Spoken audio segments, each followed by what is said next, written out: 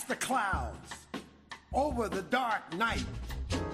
She reached up to the sky of stars and caught the red-hot light of the North Star.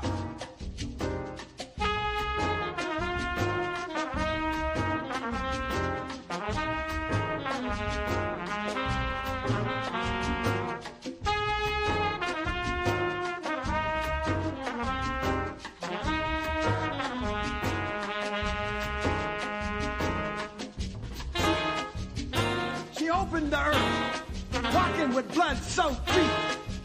She challenged the whip, the gun, the knife. She challenged the fire, pulled from the bodies of slaves, made into laws, prisons, and courts.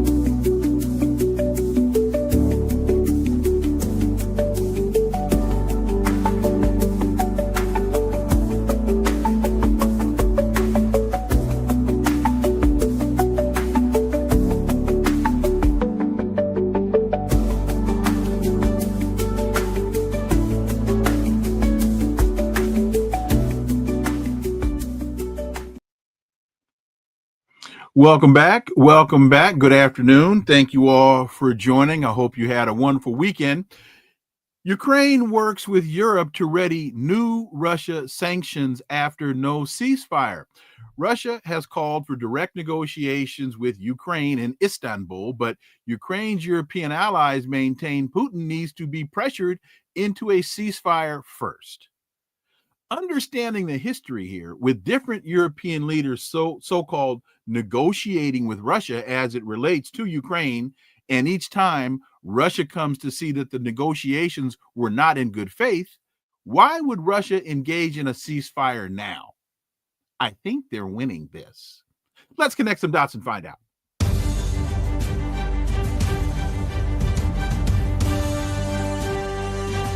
Connecting the Dots with Dr. Wilmer Leon, where the analysis of politics, culture, and history converge. Welcome to the Connecting the Dots podcast with Dr. Wilmer Leon, and I am Wilmer Leon. Here's the point. We have a tendency to view current events as though they occur in a vacuum, failing to understand the broader historical context in which most events take place. During each episode, my guests and I have probing, provocative, and in-depth discussions that connect the dots between these events and the broader historic context in which they occur, thus enabling you to be able to better understand and analyze the events that are impacting the global village in which we live. On today's episode, the issue before us is, as the Washington Post reports, European leaders pushed forward their demand that Russia implement a total land, air, and sea ceasefire in Ukraine by midnight tonight or face crippling sanctions. My question is very simple. Under what authority do European leaders have to make such a request? My guest needs no introduction other than Scott Ritter, my man. Welcome back. Well, thanks for having me. My man, that's Denzel Washington's famous line. So I really appreciate you using it for me because normally he doesn't say my man unless the guy really deserves my man. Well, over the years, I think you have earned that moniker from me. How about that? And wait till we get a chance to hit a golf ball. Yeah, well, then you'll be going, my man. Like, no. So, Scott, one of the things that I find incredibly interesting and also incredibly frustrating when I listen to the Western media accounts of this circumstance, nobody seems to want to talk about the Maidan coup back in 2014. Nobody wants to talk about Angela Merkel admitting that the Minsk agreement was merely entered into to buy time for Ukraine's arms buildup. That she gave that interview in Die Zeit, the German newspaper. She confirms that NATO wanted from the start that NATO wanted war from the start, but needed time to prepare the Ukrainian military. You can go back to November 7th of 2023 when Boris Johnson went to Zelensky and told Zelensky, under no circumstance is the West going to back a peace agreement with Russia now. None of those data points ever get entered into the analysis about why Russia is taking the tack that it's taking. And is it fair for me to make those points in this conversation, Scott Ritter? Well, it's not just fair, but it's absolutely necessary. But we need to make an additional point. You know, in 2014, late 2014, early 2015, after Russia had already agreed to a ceasefire, a Minsk Accord ceasefire, the Ukrainian military continued its offensive against the Donetsk People's Republic, which is the breakaway Russian-speaking dominated part of Ukraine that said, we don't want to be part of a Ukraine governed by this artificial government that seized power through a coup d'etat. The Ukrainian army, the bulk of the Ukrainian army, is surrounded in a Donetsk village, Deboltseve. I'm mispronouncing that, but you got to forgive me. And they were surrounded by the Donetsk People's Militia, but they were also surrounded by some sheep-dipped Russian military forces. And this was going to be the end of the Ukrainian army. The bulk of the Ukrainian army would have been slaughtered and was being prepared to be slaughtered. And that's when the president of Ukraine at the time, Poroshenko, turned to the French and to the Germans in what's called the Normandy group. Now, this came together initially because of the United States coming to Normandy for the anniversary of D-Day earlier, and that means Barack Obama, and that's why I want to bring this up. Everybody keeps talking about the Germans and the French. Yes, Angela Merkel was the chancellor, and yes, she begged Putin. She literally begged Putin, do not kill the Ukrainians. Give them a second chance. I know they lied. I know they attacked, but don't do this. Give peace a chance. And François Hollande, who was the French president, who has likewise admitted after the fact that, yeah, he knew this was a lie. And Poroshenko, who was the Ukraine president, who said this is like, they knew they were just trying to save time, to save the Ukrainian army, to buy time. But they begged Putin, make the Minsk Accord. And so Putin said, yes, I'll do peace.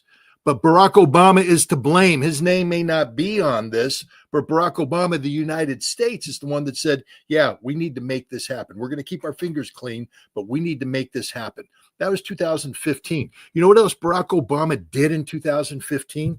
He set up American military training facilities in Western Ukraine. If you look at the Department of Defense's slides, they say we are training a battalion, that's 500 Ukrainian troops, every 55 days to NATO standards so that they can go from here in the West. They drew an arrow to here to kill Russians in the East. Even after the Minsk Accords was in, we were training the Ukrainian army using the Minsk Accords as protection to kill Russians. We started that in 2015, 2016. Donald Trump becomes president. Now, Barack Obama only trained them on defensive weaponry, supposedly, to give American defensive weapons. Trump's the guy that came in and gave them offensive weapons. Trump's the guy that built 20 CIA bases on Ukrainian soil. 20 CIA bases. They weren't there to hold hands and sing Kumbaya. The CIA was there to carry out covert action. One of their bases was designed to train Ukrainian deep reconnaissance groups and unconventional warfare, guerrilla warfare. These are the guys that sneak in and blow things up. The CIA made that happen. We didn't just train them, but we have our CIA assets in Russia that leave arm caches all over the place. So these guys could go in, pick up their weaponry, move in, blow things up. We did that. We, the United States of America, did that. One of these groups was so destabilizing that when Joe Biden, who Donald Trump blames for this war, came in and took a look at it, he said, tone it down. What these guys are doing is an act of war. So Donald Trump, the man who says, I would never have had this war. He's the one who was committing acts of war while he was president. And while he was president, Zelensky became president. And Zelensky ran on a platform that said, I want peace. I want peace. I want all the Russian people to vote for me. And they did. They came in and immediately held a war council where he said, I am going to war against the Donbass. This is in 2019. I am going to war. We're going to wade in there. We're going to take this and we're going to take Crimea. And he had the full backing of the British or the Germans, the French, and the Americans. Donald Trump. This is Donald Trump's war. When you speak of all the, Boris Johnson going in, Victoria Nuland has come out and said, yeah, that wasn't John. That was us. We told Johnson to do Right. it. We told the United States told we are enemy number one when it comes to peace in Ukraine. We are responsible for this war. We own this war. Let's stop blaming the Europeans because, frankly speaking, they don't have a vote. Well, just to be very clear, on this show, we have always said that Boris Johnson was the Western messenger, that he didn't wake up one morning and just decide, oh no, guess what I'm going to do? No, he was the West's messenger on this. So where to go? So Zhao Yun makes the point. It seems like Russia is willing to make peace with Ukraine now. I think it's very important to understand that from my understanding, Russia has always wanted peace here. There are just certain conditions that have to be made so that it's not a ceasefire, so that it is actual peace. And Gil Scott Heron very famously said, peace is not the absence of war. Peace is the absence of the need for war. And what I understand the Russian demands to be are, we are demanding the absence of the need for war. That's the only way we can have peace. Scott Ritter. Look, the Russians have always wanted peace. In June of 2021, I believe, when the Russians were maneuvering troops around the border, driving everybody crazy, Joe Biden flew to Geneva. You remember Joe Biden, used to be president of the United States. This is a man who, before his meeting, famously or infamously said, I looked into his eyes and he's a killer.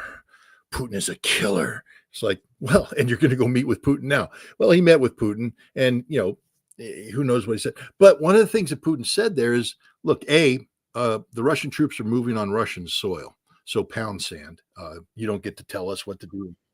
But B, if you're concerned about what's happening on the border with Ukraine, then tell the Ukrainians to stop doing things that cause us angst, like putting 60,000 troops on the border with the Donetsk, even though we have the Minsk Accords. Putin said the easiest way to solve this problem is to get Ukraine and Germany and France to finally implement the Minsk Accords. Then all of this goes away. All of this goes away. Biden promised. Blinken was right there and he gave the order in front of Putin. I will tell Blinken to go in there and personally do this. That was in June.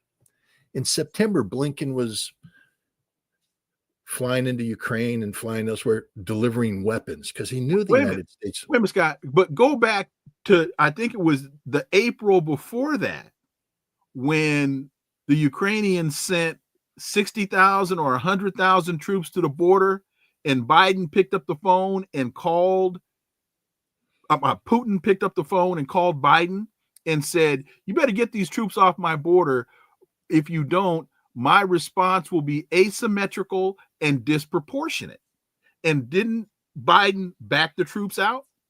Yeah, this has been a game that's been playing Okay. for some time now. But the reason why he backed it out is because Minsk was still in play, and they were still using Minsk Right. as the thing. But no, this is because Zelensky was operating under the promise he made in his little war council in 2019 to go to war against Mhm. Donetsk. And what people don't understand is that at one point in time, the Donetsk People's Republic had like 40,000 guys under arms. But because of Minsk, they had dropped their numbers down below 10,000. Donetsk was defenseless and they weren't remobilizing. So the Donetsk People's Republic was defenseless, less Mhm. than 10,000 people. And now you have the Ukrainians massing 60 to 100,000 American trained troops to come in. And so what Putin said is you got to stop this. Biden promised, he lied. We were supplying more weaponry, preparing them for their action. So Putin went straight to the French and the Germans in October and said, are you going to make Minsk happen? And the French and the Germans went, nah, we're not going to do that. And there's nothing really you can do about it. And Putin went, well, let's go back. In December, he presents 2 draft treaties. He says, this will solve the problem because we understand Minsk is dead. We need these draft treaties. If you do these draft treaties, we won't have to go to war. But if you don't, if you ignore this, we will have no choice but military technical solution, which is we ignored him. Mhm. Then they went to the Ukrainians and said, the West is sacrificing. A lot of people don't understand that throughout January and February, the Russians were meeting with the Ukrainians saying, we don't want to do this, guys. The West is sacrificing you. We need you to come to an agreement with us so that we can stop this war from happening. And you see Zelensky and his inner circle chuckling. They said, yeah, we had the Russians coming in and talking to us all through January and February, and we led them on by the nose. But no, that we weren't going to do that. We were going to invade. And they were. They put their troops back in. Russia sent the signal. That's not going to happen. Next thing you know, the Russians preemptively strike these troops. A lot of people say, what happened to that great Ukrainian army? What they don't realize is that the Russians destroyed most of it in that early strike. Yeah, the Russians suffered casualties. They got out overextended, etc. But they crushed the Ukrainian military, crushed it. That's why we had to rebuild it. That's why we had to pour in, $48 billion in May to rebuild it. This is why Ukraine was compelled to go to the peace table, but it's just what Russia wanted all along. Russia invaded not to occupy Kiev, not to conquer Ukraine, but to get the Ukrainians back to the negotiating table, the one that they disingenuously engaged in January and February. They were suddenly, within a week of Russia's military incursion, the Ukrainians are back in Gomel, Belarus, talking to the Russians about bringing it into this conflict. And then it moved to Turkey, and then they went to Istanbul. And by the end of March, they had a final peace treaty agreed to, signed off. Everybody's going in. And that's when Victoria Nuland called up Boris Johnson, said, kill it. We can't have this. And so he came in, he pulled the plug. But the Russians have been seeking peace ever since. And even when they transitioned to phase 2, which was, okay, you don't want peace. Phase 2 was simply taking over Donetsk and Lugansk. Mm-hmm. Up until that point, Russia, that's all they wanted. But then when we poured in $48 billion, and then we launched a counterattack, a NATO-backed counterattack, that's when the Russians went, all right, we're playing a different game here. Now we're in for strategic positioning. We have a land bridge. We're going to keep the land bridge. We're going to have referendum. Kherson, Zaporizhia, Donetsk, and Lugansk all voted to become part of Russia. Russia brought them in, absorbed them. And that's the reality. In June of last year, Vladimir Putin turned and said, look, I'm ready for peace. We're going to use the Istanbul communique, but it's going to reflect the current reality. And the current reality is, under Istanbul communique, Russia was going to return everything. People, the Ukrainians kicked the Russians out of Russia withdrew voluntarily because that was the agreement they had reached with the Ukrainians. Russia said, we will withdraw from around Kiev, from around Chernihiv, around Sumy. They were beginning to withdraw from Kharkov. They thinned their forces down to less than 50% when the Ukrainians attacked and then, and conquered this territory. The same thing in Kherson. And the Russians went, okay, I guess you don't want peace. Russia mobilized 300,000 men, began this war of attrition that got us to where we're at now. In June, Putin said, I want peace. I do want peace. I don't want this to go on. But we have conditions, and you have to reflect the current reality. The conditions are laid out in the Istanbul communique, which Ukraine had already agreed to. Russia's demands today, if you listen to Putin's speech, it's the same demand. Mm-hmm. He's saying, We had a peace deal ready in 2022. Ukraine walked away from that. We're ready to resume that, but it has to be based upon the present realities. Russia's position has never changed. Russia is always looking for an end to this conflict, but it's an end to the conflict that prevents another conflict from happening in 5 years or 10 years. That means that there won't be no NATO in Ukraine. It also means that Ukraine's military is not going to become this tool of the West to attack. Russia's been there, gotten burned. They're saying, nope, you're shrinking your military down to 50,000. We're not letting you have 900,000 guys armed to the teeth, ready to invade again. You're shrinking down 50,000. We don't have to worry about 50,000. And their denazification. We got to get rid of this ideology that you have in there. You have to have constitutional changes to protect the rights of the Russian speakers, the Russian church, Russian faith, Russian history, Russian culture. Normal stuff when ethnic genocide is being carried out against the Russian people. This is the Russian term. But the idea that Russia is going to yield to demands put forward by Europe or by Zelensky, who says Russia has to leave all of Ukraine, this is high. That's not a negotiation. Russia's won this war. That's what people need to understand. Militarily, Russia has defeated Ukraine, NATO, the United States. Yes, the United States. We were beaten because if you look at, the New York Times started reporting accurately, we were the ones designing this war from the very beginning, together with NATO. We designed this war.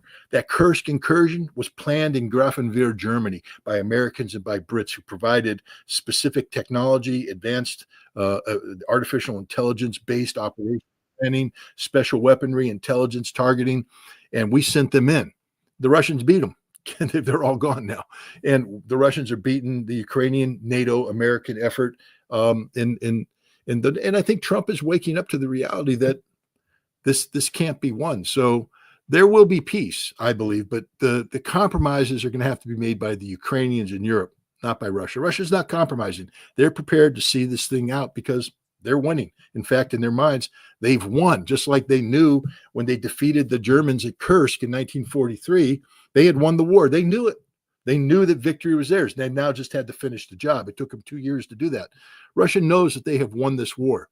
So there's no incentive whatsoever for Russia to say, oh gosh, we have to get out of this thing now because things are really dicey for us. Things aren't dicey for the Russians. Things are very dicey for the Ukrainians and very dicey for Europe as well.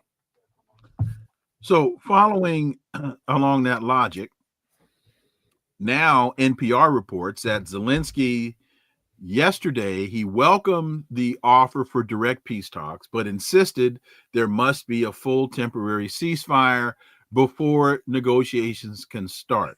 And this, as I read it, is being interpreted or is being presented as some rational, honest dialogue.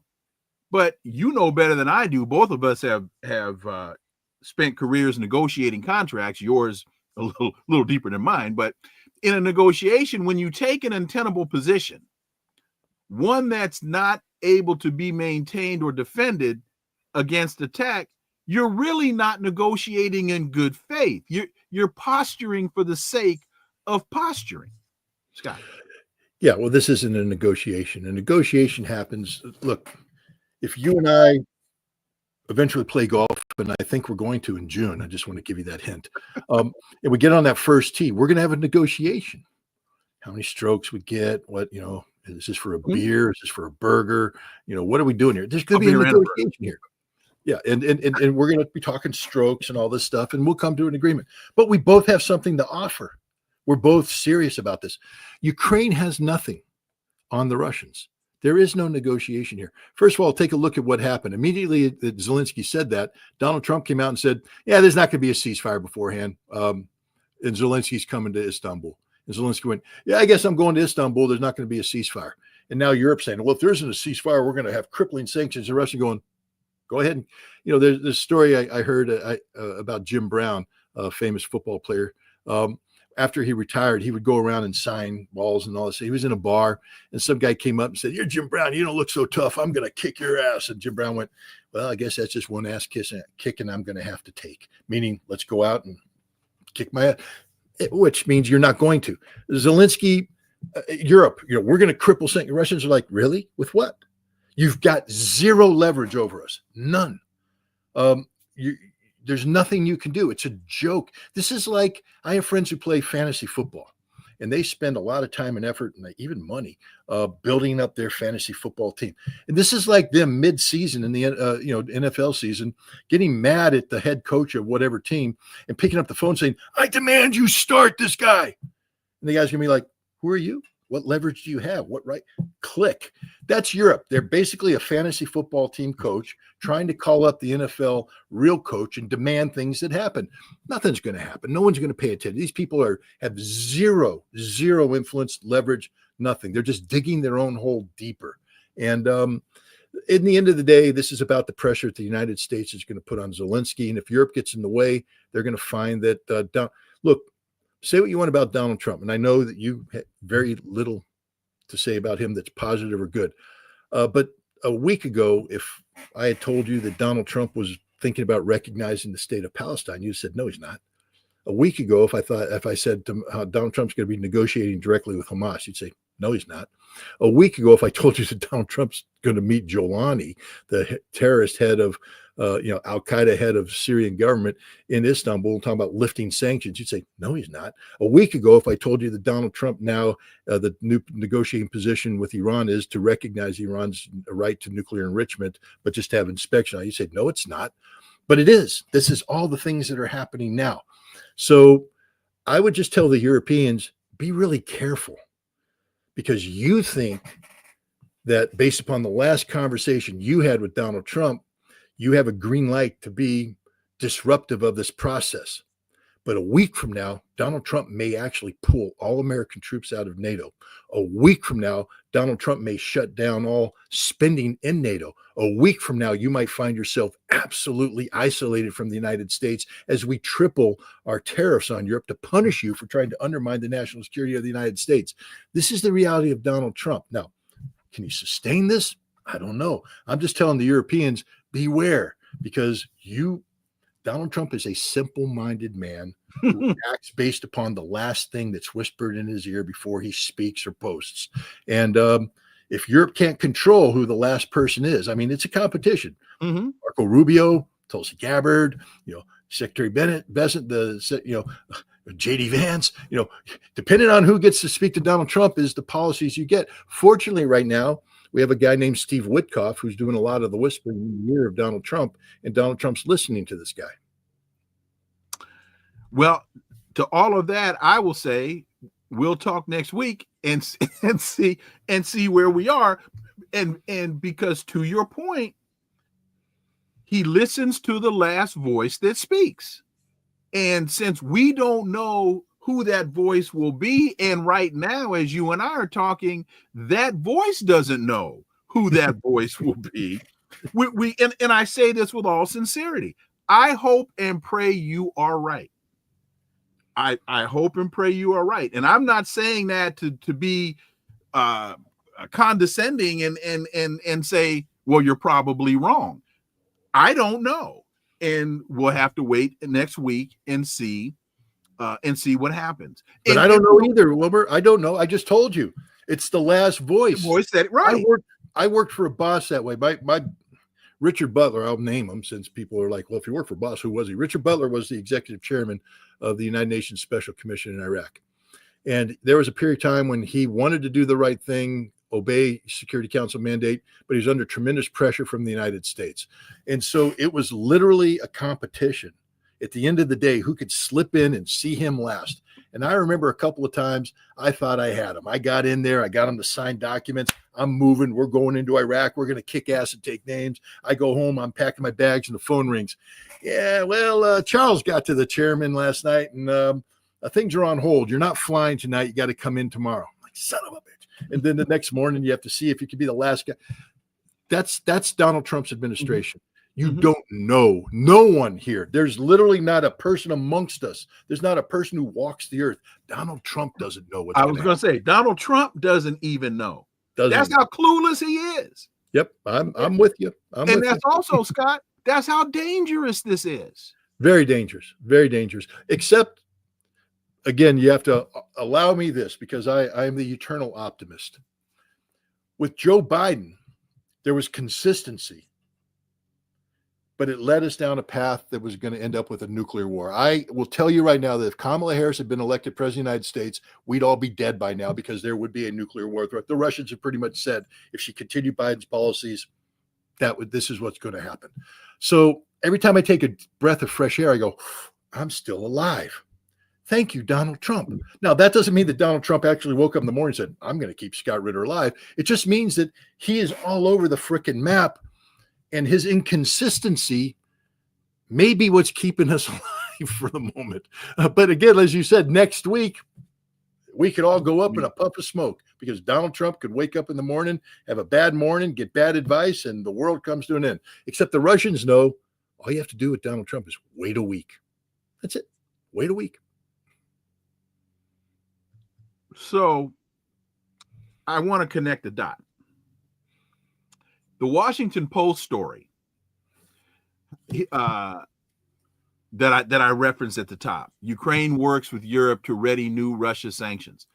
There's a photograph, and under the description under the photograph is Britain's Foreign Secretary David, is it Lammy? You know? Okay. Hosts talks focused on Ukraine at Lancaster House in London. And when I saw the Lancaster House reference, it just made me think about the Lancaster House Agreement in 1979 that brought peace in Zimbabwe and brought Robert Mugabe into Zimbabwe as the president. And there was a land exchange agreement that the United States signed on to, that Margaret Thatcher signed on to. Jimmy Carter signed it, Thatcher signed it, Zimbabwe signed it. And what was supposed to happen, land reform, what was supposed to happen was the British settlers that had settled Rhodesia, which became Zimbabwe, they were going to be compensated by Britain for their land as their land was returned to the native Zimbabweans. And Jimmy Carter agreed to back the deal. Well, Jimmy Carter loses. Ronald Reagan comes in and says, we ain't doing this. And Margaret Thatcher says, we ain't doing this. And that is one of the reasons why there's so much consternation to this day in Zimbabwe. I only make the point that when I saw the Lancaster House Commission in the story from the Washington Post, it just made me think about the Lancaster House Agreement, which was never upheld. And that just to me was another data point why you can't trust Britain, because they don't live up to what they signed, like the United States. Just a data point. And again, the show is connecting the dots, and that's another very obscure dot that I decided that I wanted to connect. Don't know if you have any input on that, Scott, but if not, we'll move on. What I'll say is this, that the Russians, first of all, let's be clear about the United States. I won't say, first of all, you can't show me in one of our recent treaties with the Soviet Union where we violated our obligations under that treaty. Can't. So I'm tired of people saying that we don't live up to our treaties. No, when we sign a treaty, we live up to our treaties. The treaties have escape clauses. What we do is we get out of the treaties, as we're allowed to do under the treaty. So when we left the ABM treaty, it wasn't that we said, well, we're cheating, screw you. We have different vision of where we are today. We're going to leave. Here's the notification. We filed it with you, and we have left the treaty. And the Russians are saying, well, gosh, we were sort of looking to that treaty as the foundation of international peace and security. And America went, it's a new world today. But you can say that America, can't be relied upon to, but treaties really aren't meant to last. That's why they have limitations. The INF treaty had 13 years of inspections. That's it. Then after that, it just was there. We didn't violate the INF treaty. We withdrew from the INF treaty. We withdrew from Open Skies. We didn't violate the Iran nuclear agreement, the JCPOA. We just withdrew from it. That's the difference. And so what the Russians have said isn't that the United States breaks its treaties. We didn't break any treaty. We just withdrew, as we are allowed to do. what they've said is the United States doesn't negotiate in good faith. That's the truth. And they've also said because the United States has a tendency to withdraw from treaties, when we negotiate new treaties, we're going to need guarantees built into this thing that don't have us making a whole bunch of commitments up front, and then down the road in 10 years, you decide, oh, we're going to withdraw from the treaty. The Russians have made it clear that anything that's negotiated going forward has to be looked at very carefully and will be documented. So all these people thinking that Russia's going to rush into some sort of rapid peace agreement where they're going to sit down in Istanbul and sign a piece of paper with Donald Trump that says, we want peace. Hey, Russia will never do that, ever do that.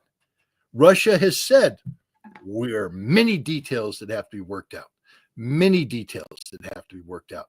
Now, what Russia will tell the president is I believe Russia will tell the president, we're willing to, enter a ceasefire once these conditions have been met, but that there won't be conclusion to this conflict until we have in writing everything we want with all of the verification mechanisms and all that. Now, the good news for the United States is Russia's been preparing this document. It's not as though the Russians have been asleep at the wheel.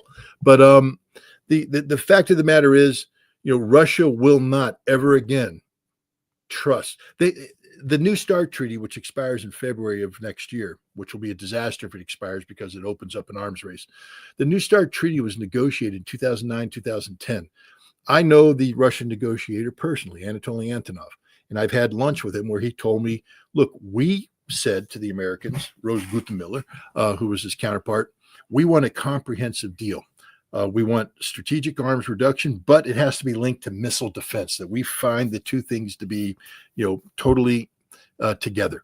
And Gutemiller, and if you remember, there was a clip where Obama and Medvedev, who was the president at the time, were in South Korea, I believe.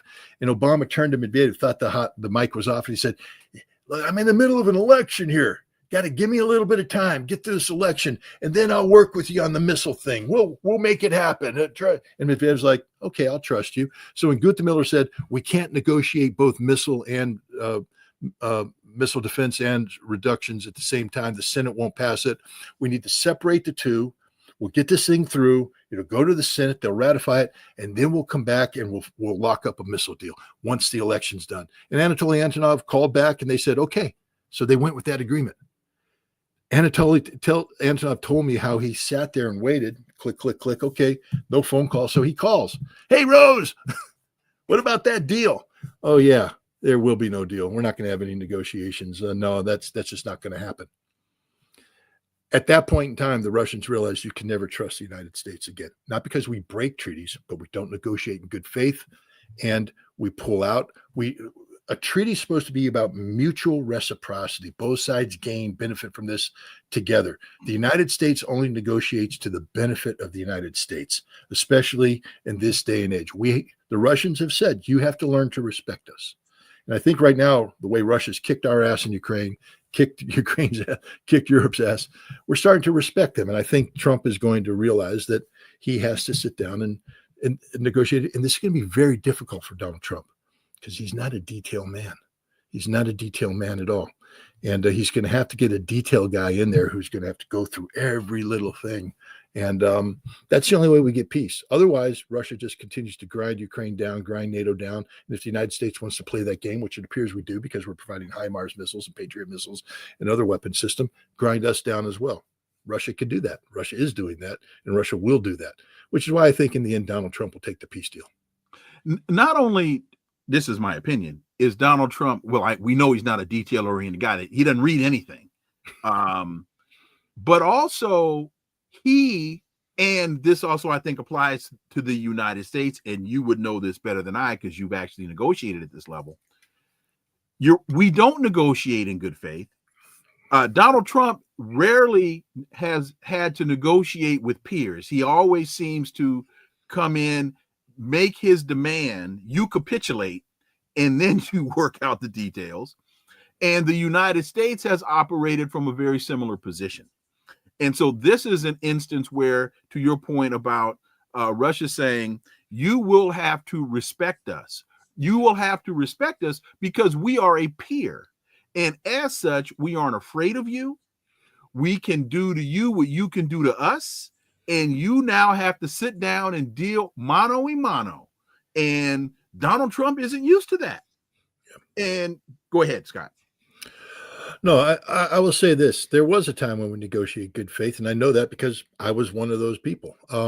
When I was a weapons inspector in the Soviet Union, we were called upon to implement a very, very difficult technical-based regime that was thrown in at the last second before the treaty was signed. Treaty was signed December of 1987. In November, this whole new complicated thing came up. The Russians produced a missile with a stage that matched the stage that had. So suddenly we have to monitor a factory. And we didn't have a monitoring plan. We didn't have technology. They said, well, we'll work it out. And so the treaty was signed in December, supposed to be implemented in July 1st. That's when inspectors will arrive. We still didn't have any agreement. They said the inspectors will work it out. So when we landed, we were given 6 months to get everything in order. It just wasn't happening. And it turned into a crisis. By the spring of 1990, we had a full-scale crisis that could have ended this entire treaty. And there were hardliners in the United States who were saying the Russians are wrong, the Russians are this, the Russians are that. But we inspectors on the ground, we knew the truth. And we're the ones who looked at the entire situation. We went, the Russians are right. On this one, the Russians are 100% correct. And we prevailed. Finally, Washington had to send a delegation to Votkinsk where our guys, our experts, briefed them on what the reality was. And we went ahead and accepted the Russian version because they were right. We negotiate in good faith. When the facts were the facts, when the treaty was the treaty, we insisted that the treaty be complied with in its totality. But that was 1987, 88, 89, 90. That doesn't happen today. The Russians don't trust it. But there was a time when we knew how to negotiate in good faith and act in good faith, because I was alive during that time and I was part of the team that actually did that. And I'm very proud of that moment. But the Russians, no, they have no reason to trust us today. None whatsoever. We lie, we cheat, we steal. You say Donald Trump, you're right. He wants you to capitulate. Do you remember that meeting he had in Geneva? No, in Helsinki with Putin back in early on in his term. I think it was 2018, maybe, when he met with Putin, and he went there and Putin handed him the soccer ball because Russia was doing the FIFA thing and all that. But the body, look, you're a body language guy. I know you are. You may not be an FBI trained body language, but you know what people look like when people look like. All right. So Trump is always, Mr. Oh, yeah, I'm, and he and Putin go back in that meeting. They come out to the press conference and Putin comes out walking like he's the cock of the walk. And Donald Trump comes out slunched, head down, a defeated little boy, because he tried to pull the Trump, I'm going to intimidate you. And Putin went, no, that don't happen here.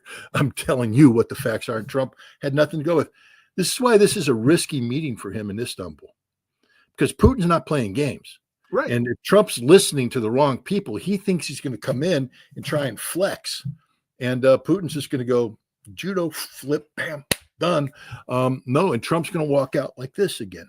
And, that's the reality of it. Putin isn't playing these games. Russia is not weak anymore.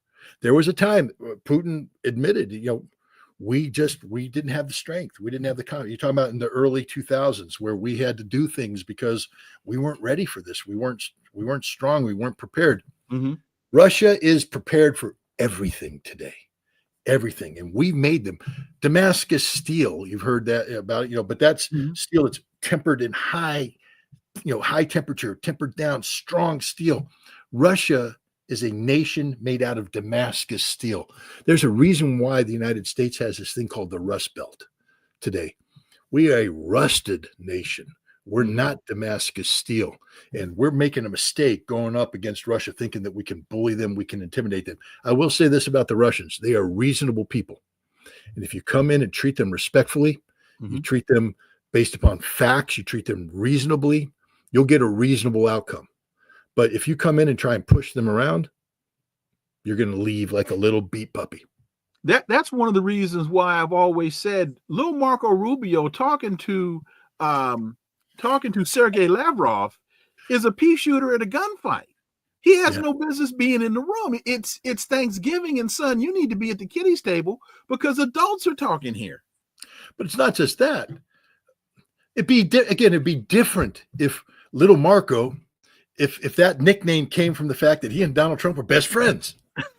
Where Donald Trump's going, little Marco is my best friend in the world. I love little Marco. They hate each other. Little Marco is the name that Trump gave Marco Rubio to diminish him. They don't like each other. Marco Rubio is on record multiple times saying Donald Trump is unfit to be president of the United States, not just in his first run, but in his second run. Mm-hmm. Donald Trump is stupid. Donald Trump is an enemy of America, an existential threat to America. Marco Rubio is on record saying, I should be president of the United States. I'm the most qualified guy. And on Russia, he's on record saying, Russians are evil. Russians are bad. We can never deal with the Russians. Iranians are evil. Iranians are bad. We can never deal with the Iranians. Israel, Hamas, bad. Everything Donald Trump is trying to do, Marco Rubio is against. And so Donald Trump picking little Marco, the man who hates him, who is against everything he stands for and says, you're my Secretary of State. Why? Well, we know why, $100 million from Mary Mendelsohn. But Rubio is incapable of giving good advice to Donald Trump. Incapable of it. Because... Well, wait a minute. Because of the tension between them, can Donald Trump trust the information that little Marco's giving him? The problem is little Marco doesn't know anything. I'm not. First of all, he shouldn't be Secretary of State, but he is. Look, his number one priority right now. There's a reason why Steve Witkoff is out there leading the charge on all these things. Okay, Trump trusts him, and Witkoff is capable. I mean, look, whether you like Witkoff or not, and I know there's people that don't like him out there, and I respect your right to have your opinion. Nobody out there could do what he's doing right now. Okay. He's gone in there, and the Russians say he sat down and he listened to us. No American has ever sat down and listened to us. And then when he repeated things back, it's appeared that he didn't just listen, but his brain absorbed and worked, and he was repeating things back, and he processed what he heard. Processed, and the Russians went, he gets it. And then Witkoff came back and said the right things to the president. The Russians are going, he's a man of integrity. He listened, he processed, he gets it. Wow. The Iranians, they didn't want to deal with this guy. The Iranians are all going, this guy's great because he listens, he processes, he's reality-based. Marco Rubio is the opposite of that. So, you got Witkoff leading charge, Rubio, but what gives Rubio gravitas is that he's a cabinet member. Mm-hmm. So he gets to pick up the phone and talk to Scott Bessent, who's, to me, one of the most evil men. If you wanted to pick the worst guy in Trump's cabinet, it's not Marco Rubio, because we know what Marco Rubio is. He can put a sheep's clothing on top of him and go, you're a wolf. You're a wolf. Don't tell me you're a sheep. You're a wolf. We know you're a wolf. You neocon son of a you-know-what. Bessent, on the other hand, is like, I'm a money guy. I'm a Donald Trump guy. I speak money. And Trump's like, he's a money guy. No, he's a neoconservative who hates Russia, hates China, hates Iran, and wants to sanction the hell out of everybody. And Rubio calls him up. And so what happens is Rubio uses proxies. Mm-hmm. And so Rubio's thinking gets processed through the Secretary of the Treasury. That's the dangerous part here. Isn't that Marco Rubio picks up the phone and Trump goes, oh, little Marco, I suddenly respect you. Rubio doesn't even talk to the guy. He sits in the room like a little beat puppy while Trump's doing his thing. The guy that the phone rings, Scott, baby, what's up, man? Not me, but the Secretary of Treasury. Yeah, okay, screw it. Yeah, we're going to sanction the hell out of him. And Rubio's sitting there going, because that's what Rubio made the phone call. Same thing with Steve Kellogg. Same with all these people. Rubio's the evil neocon puppet master, making all these people whisper in Trump's ear last. And that's the dangerous part, because Trump isn't smart enough to understand what little Marco's doing. And I think little Marco, this is the other thing that people need to understand, how dangerous this guy is, because he's not just the Secretary of State right now. Right. He's the National Security Advisor. In the aftermath of Watergate, Henry Kissinger became Richard Nixon's National Security Advisor and Secretary of State. And what he was able to do is those parts of Nixonian policy that Congress had a right to question the Secretary of State of, he go, yeah, but I'm wearing the National Security Advisor hat right now. You don't get to question me. I'm going to go do this. Constitutional challenge. Fortunately, when Ford became president, he shut that thing down because it was widely recognized as unconstitutional. Well, good God, here we are early on in the Trump administration, and he's allowed it to happen again. Little Marco is Secretary of State and acting National Security Advisor. Unconstitutional as hell, dangerous as hell, because he is a neoconservative, and he is now able to shape policy. Normally, the Secretary of State is the principal who sits in on the principal's meeting chaired by the National Security Advisor. But now you have the Secretary of State who's chairing the principal's meeting. So he's not himself. Yeah. So he's in charge of everything. And this is bad because now he has 2 votes over Pete Hegseth's 1 vote. He has 2 votes over RFK Jr.'s 1 vote. Very, very dangerous situation. Marco Rubio is one of the most dangerous people in Washington, D.C. right now. But what makes him even more dangerous is that he is able to use people like Scott Besson as a proxy. There are a couple of other things I want. Can you give me a couple more minutes after? Sure. Yeah. Sure. Okay, great. Because there are a couple other things. There are some stories that happened last week that I've been waiting to get your take on. And but before we get to that, really quickly, I had someone write me the following. My Russian stance would be a good conversation between me and Malcolm Nance. Ibrahim Traore is real close to Putin. Is that worrisome? And then Victor Boot, the Russian arms dealer, got many Africans killed. My response to that was, first of all, I've had Malcolm Nance on my Sirius XM show a couple of times, and I'm going to leave Malcolm Nance to Malcolm Nance. Traore being close to Putin, is that worrisome? To me, not at all. But Traore went to Russia and for the Victory Day parade, which I said last week, he must be very comfortable in his position in Burkina Faso to leave Burkina Faso to go to Russia, because a lot of times coups take place when the leader is out of the country. So that to me spoke volumes about how comfortable Traore must be, and your thoughts on him going to Russia and celebrate. I think because President Xi was there as well. Oh no, President Xi was there as well, and a lot of leaders, foreign leaders, were. Traore went. He's a captain, but he's the president. Right. He took over in a coup to oust a pro-French government. Burkina Faso was a former French colony, and then functioned as in a post-colonial world as a de facto, neo-colony of France, where France did everything. Shortly after he took over and he formed this alliance with Mali and Niger, this Pan-Sahel Security Alliance, all 3 of whom were former French colonies, French neo-colonies who kicked the French out. He went to Russia in June of 2023. And what's interesting, again, that just reading people, this is a man who doesn't shake hands. He wears his military uniform. He's got his little Oakley knuckle gloves, and he'll fist bump you. But with Putin, he took the glove off and he shook his hand. But then he sat down with Putin. And this is what people don't understand. Vladimir Putin is one of the most amazing leaders in the entire world, because he listens, and he listens sincerely. And Traore sat down and said, we have to change the reality of our country right now. Right now, we are a colony. We produce gold. We produce this. It goes out. We produce things. What we need to do is process them here and then build the factories here. But to do that, we need energy. I need a nuclear power plant.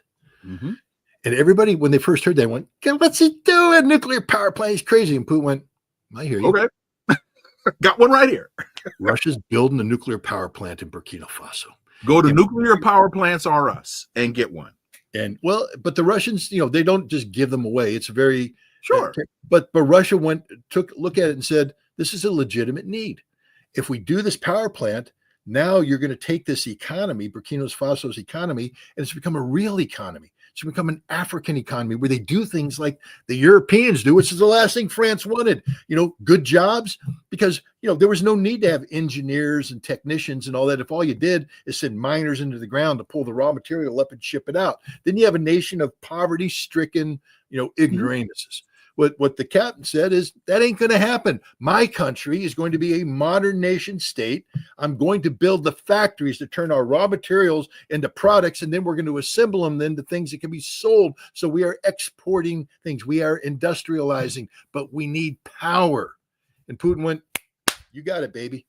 You got it. France, how many years was France in there? Right next door is Niger that has a uranium plant. France could easily have said, hey, we got all this uranium rolling around here. Why don't we build nuclear power plants in Africa?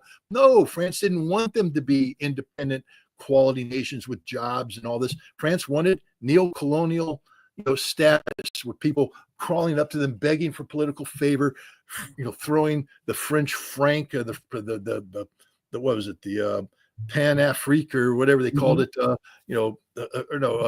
franc. Franco Africa or something like that. But call it the baguette. Just call it the baguette. Yeah, just call it the baguette. But the French were horrible, and they had their military there. The military was the backstop of the government, so there couldn't be a coup. You spoke of a coup. There's been several efforts. The France is trying to kill this guy, actively trying to kill this guy. They are actually working with the Islamic terrorists that they used to say, hey, we're here to fight, but they're not. They were there to use the Islamic terrorists as a power broker. You saw that in Mali, where France said, hey, if you don't attack our uranium plants in Niger, we'll give you half of Mali. And they did. And the Mali's government going, what are you doing? You're giving away our second largest city. And France going, well, we don't have enough troops to do this. And then Russia came in and took it and returned it. Burkina Faso, they've tried to kill him a couple times.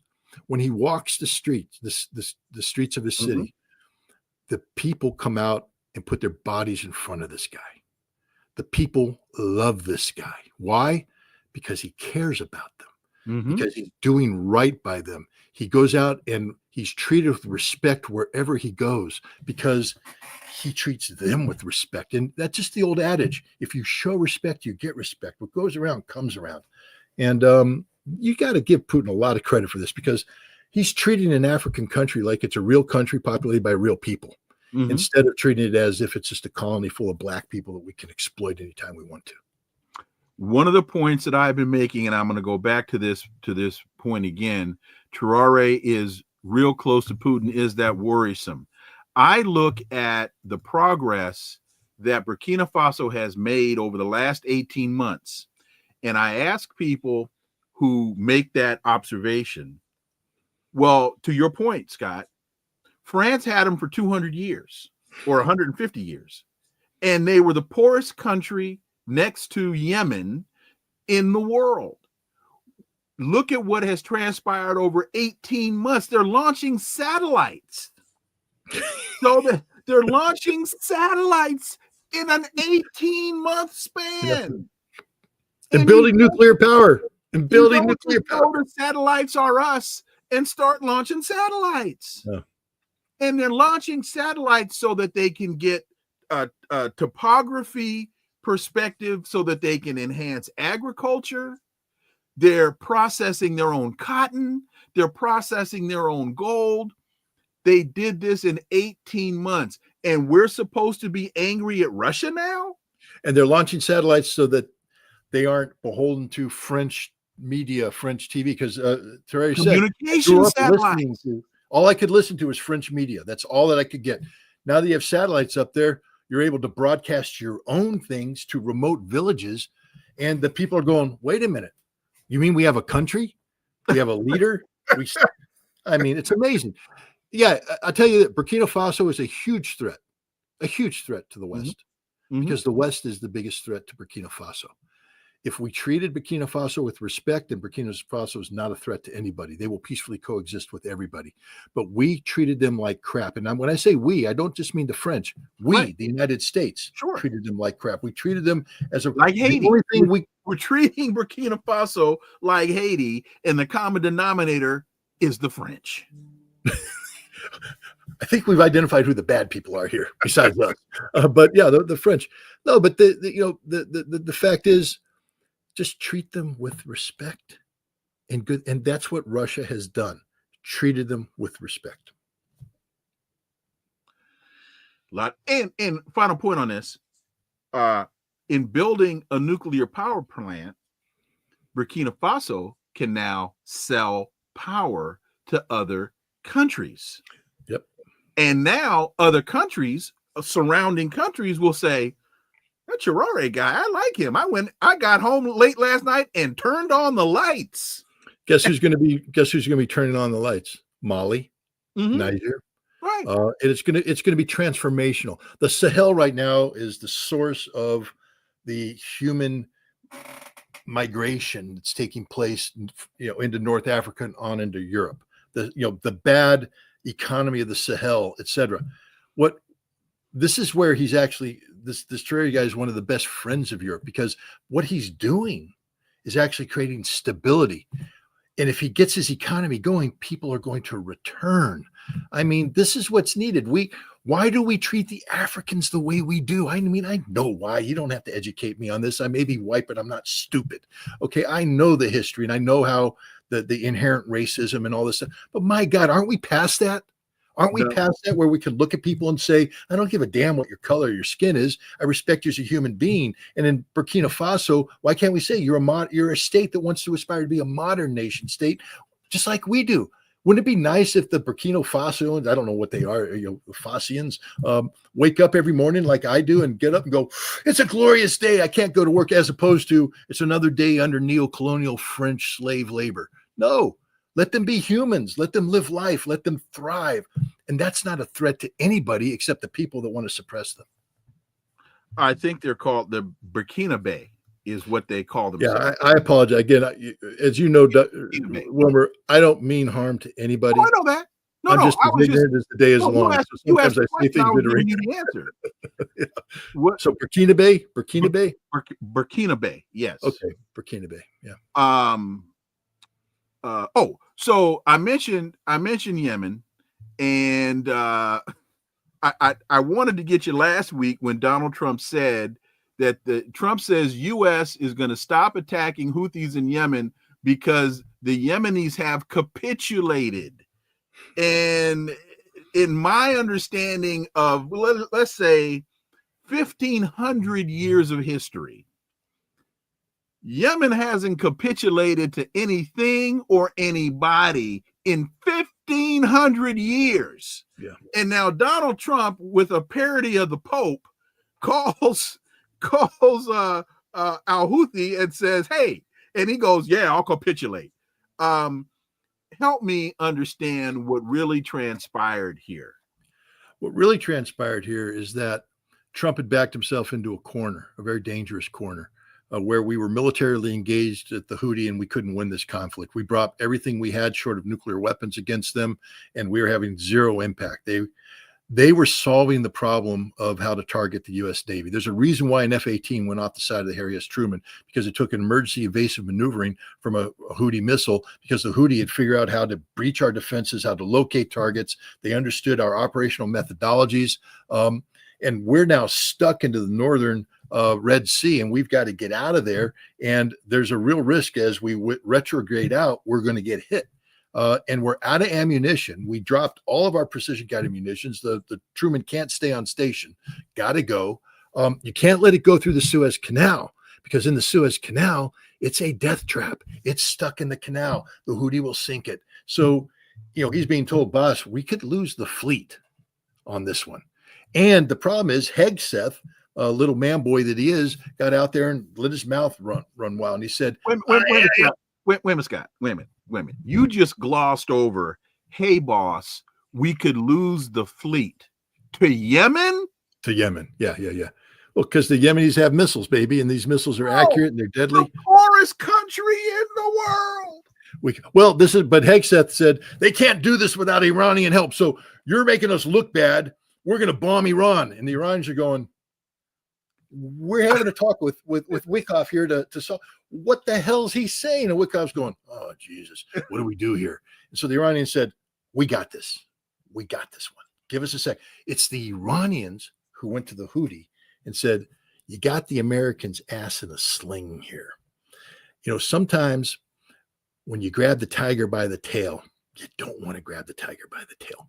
You got the tiger by the tail right now. I know you think you're feeling pretty good, but this could disrupt everything because that guy, that orange-faced maniac there in Washington, D.C., he may decide that he has to do something against us, and that disrupts everything. Because if we go to war, you're low man on the totem pole. So basically, the Iranians went to the Houthi and said they want to cut a deal. Basically, you need to stop shooting at their ships, and they're going to stop bombing you. And they said, well, what about Israel? You can blow the hell out of Israel. America doesn't care. The Houthi went, what? What? And they said, yeah, you get to blow the hell out of Israel. It's Ben Gurion Airport. But they need to get their fleet out of there without you sinking them. The Houthi went, deal. And the Iranians went back and said, we got a deal. And the Americans went, they capitulated. And we got out of there with our, our tail between our legs, and it solved the problem. No one's talking about it right now. We're beyond that. Trump's going to steal more headlines, and no one's going to talk about the fact that the Houthi beat the United States in open warfare. Beat us. Straight up beat us. We had to use third parties to negotiate a graceful exit from this situation. That's the reality. But the good news is we now know that the Iranians can do the same thing to our fleet. And this is why Witkoff is having the meetings he's having right now with the Iranians to negotiate a deal that gives Iran the ability to enrich uranium, which we said, you're never going to have. And the Iranians are going, yeah, we are. And right now, the Iranians, we're closer to the Iranians than you think right now, because we both want the same thing. That's the realization Donald Trump has finally come up to. We want peace. And they're suddenly waking up to the fact that Israel doesn't want peace, that Israel's the bad guy. That's why Trump you really believe that? 100%. 100%. Israel, look, Donald Trump. No. I know Israel doesn't want peace. That's not my question. No, we know that. But you really believe that the Trump administration not only has come, I think they've known this all along, because Netanyahu has been very consistent in his language. I want to exterminate these people. Yeah, but you're missing the most important part of the equation. Because Donald Trump isn't doing this because he suddenly woke up and said, I care about the people of Gaza. Okay. Donald Trump woke up one morning and found out that Michael Waltz, his national security advisor, was going behind his back to negotiate in bad faith with Israel to undermine the policies of Donald Trump. Okay. And Donald Trump went, I'm Donald Trump. I'm the orange-faced madman. I am the narcissist of narcissists. You don't do that to me. And so he fired Waltz, and he told Netanyahu, you're dead to me. Literally, this is Michael Corleone, right, telling Fredo, go out in the boat. Right. And I'm going to pop you in the head because you're done with me. Netanyahu took it too far. Look, the Israelis have been spying on us forever. Jonathan Pollard did more damage to the United States of America in the 1980s than any American will ever know, because we can't talk about what he gave to the Israelis. He gave the crown jewels. He gave everything to the Israelis, who then sold it to the Soviets to get immigration people out. The Israelis are not our friends. They use us. We're the enemy of Israel. They've been spying. Barack Obama woke up one day to find out that the Israelis had planted little listening devices in the White House. How did the Israelis get them in the White House? AIPAC. I know how AIPAC operated. The AIPAC. Bless you, by the way. I heard you sneezing. Oh, you heard me say that. Bless you. But AIPAC, the same Israeli official in the Israeli mission in New York City, who worked with me on the intelligence cooperation we were doing to get Iraq weapons of mass destruction, turned out to be the handler of two senior AIPAC officials who were stealing Pentagon secrets about Iran and sending it to the Israelis. AIPAC is an enemy of America. It's the bad guys. It's the worst guys. And Trump, he was willing to overlook this, just like every president was, until they went against him. And then it became personal. That's the difference. Donald Trump has taken this personally in a way that no American president ever has, because as much as you're a narcissist, anybody who's the president is a narcissist. Donald Trump is the supreme narcissist. He's the narcissist in chief. And you went against him. And as I said, the best thing is this is Michael Corleone. Mm-hmm. Fredo, go fish. And that's Netanyahu right now on the boat, not realizing that he's about to take one in the head. It's also Michael Corleone in reverse, because he told Sonny, this is business. It isn't personal. Yeah. Now, Sonny, it is personal, not business. Oh, it's personal. It's personal. That's the mistake Israel made this time. They made it personal. So now, so then how does the United States extract its pound of flesh? So Trump says to Netanyahu, you're dead to me. So long as our mother is alive, you can stay in my house. While Netanyahu is still engaged in genocide in Gaza. Well, first of all, he said, we're not going to support you on Gaza anymore. You're not going into Gaza. Second of all, by negotiating the release directly with Hamas of this American, he just destroyed Netanyahu politically. Because Netanyahu's greatest political vulnerability right now is the families of the hostages. Right. And Netanyahu says, I care about them. I care about them. Right. And Trump has come out and said, you could have gotten these guys out months ago, but you want to continue the war. You're not interested in peace. I'm coming in and I'm getting my American out. And all the Israelis are going, wait, if he can do that, you can do that. This is a disaster for Netanyahu politically. And now Trump is saying, oh, yeah. Hamas, we're talking to them. Gaza, we're going to cut a deal with the Saudis. We're going to recognize a Palestinian state, and Saudi Arabia is going to recognize Israel. Did you hear what I said? We, the United States of America, we're going to recognize a Palestinian state. Was that on your bingo card when Donald Trump got elected? All you Donald Trump hating people out there who said he surrounded himself with Zionists, he would never do that. Donald Trump is committing to a policy that says, I will recognize a Palestinian state. That's not nobody's bingo card, but that's the reality. Why? Fredo betrayed him, made it personal. He's willing to do things right now because Trump was never a Zionist. Trump surrounded himself with Zionists for political impact. But Trump has never been a Zionist. He's not that smart. Pardon? He's not that smart. No, he's not.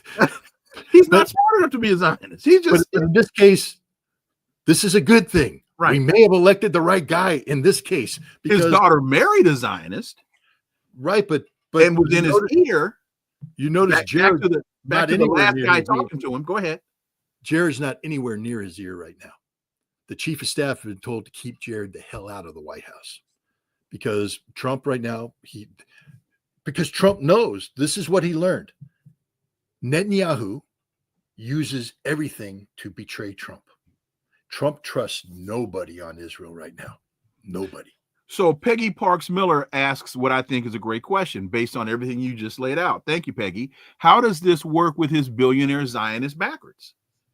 Adelson and the whole crew. How does Trump now manage the financial side of Trump's president? Trump's president. Right. He doesn't need any financial backing. He's got Qatar, who just gave him a $400 million jet. He's got new financial backers.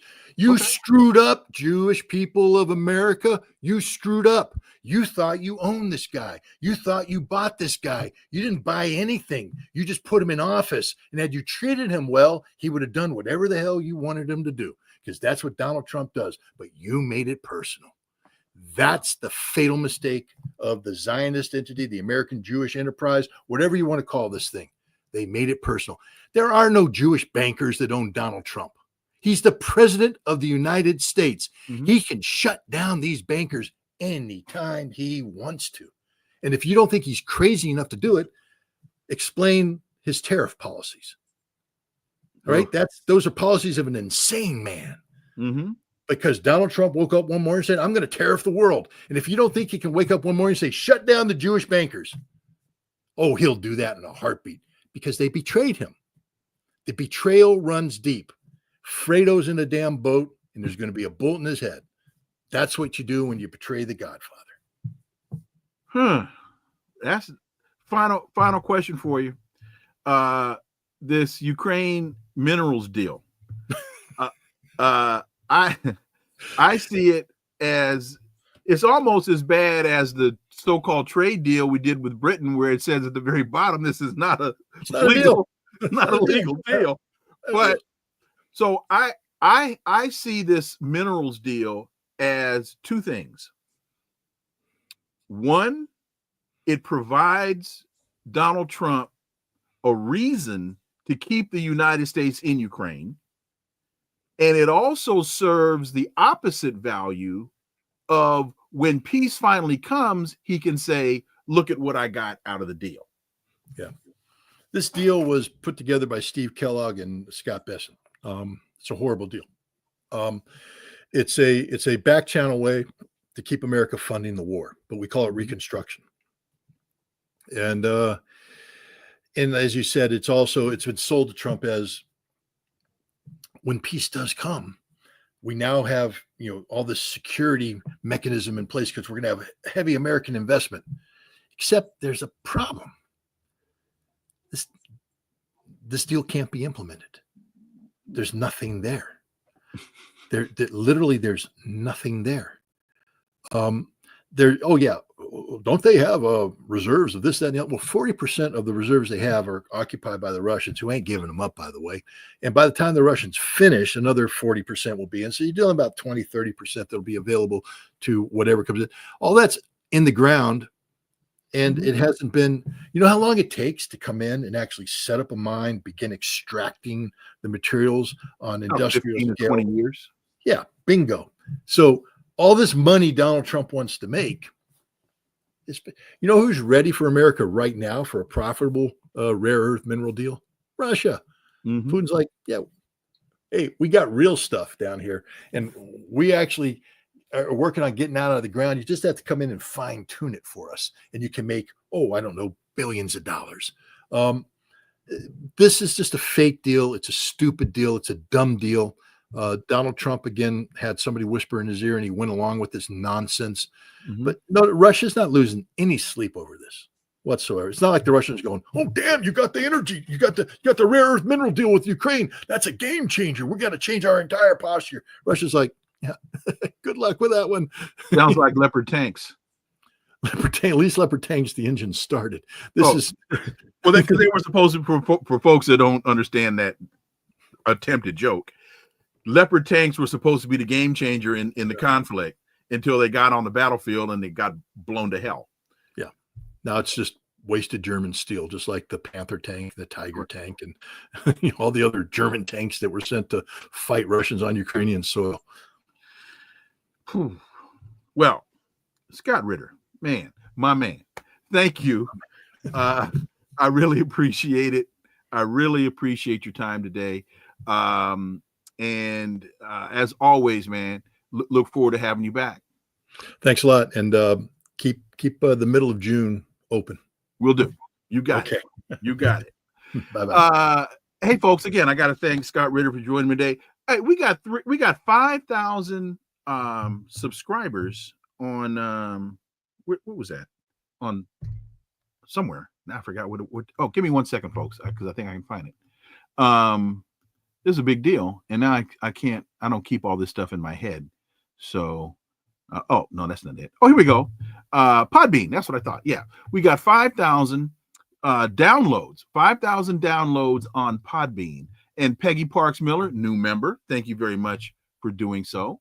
Yeah, so we got 5,000 downloads on Podbean. That is a milestone. As you all know, we're trying to get to 10,000 subscribers on YouTube, and I think we're close to 7,000. So we're making great progress, but we really need to push this thing forward. So thank you all very much for doing so. And because as I tell you all the time, we're here doing this for you, but we can't do this without you. Please follow, subscribe, leave a review. You can follow us on social media. All the links are below in the show description. And remember that this is where the analysis of politics, culture, and history converge. Talk without analysis is just chatter, and we don't chatter here on Connecting the Dots. And tomorrow, I believe, we're going to be joined by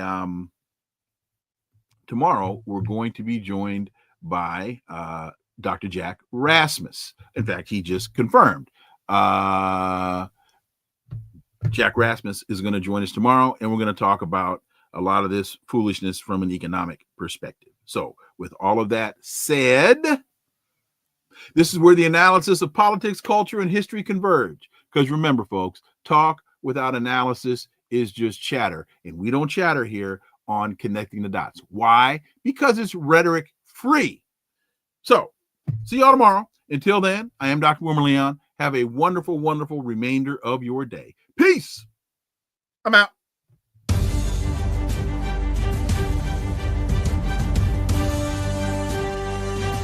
Connecting the Dots with Dr. Wilmer Leon, where the analysis of politics, culture, and history converge. All right.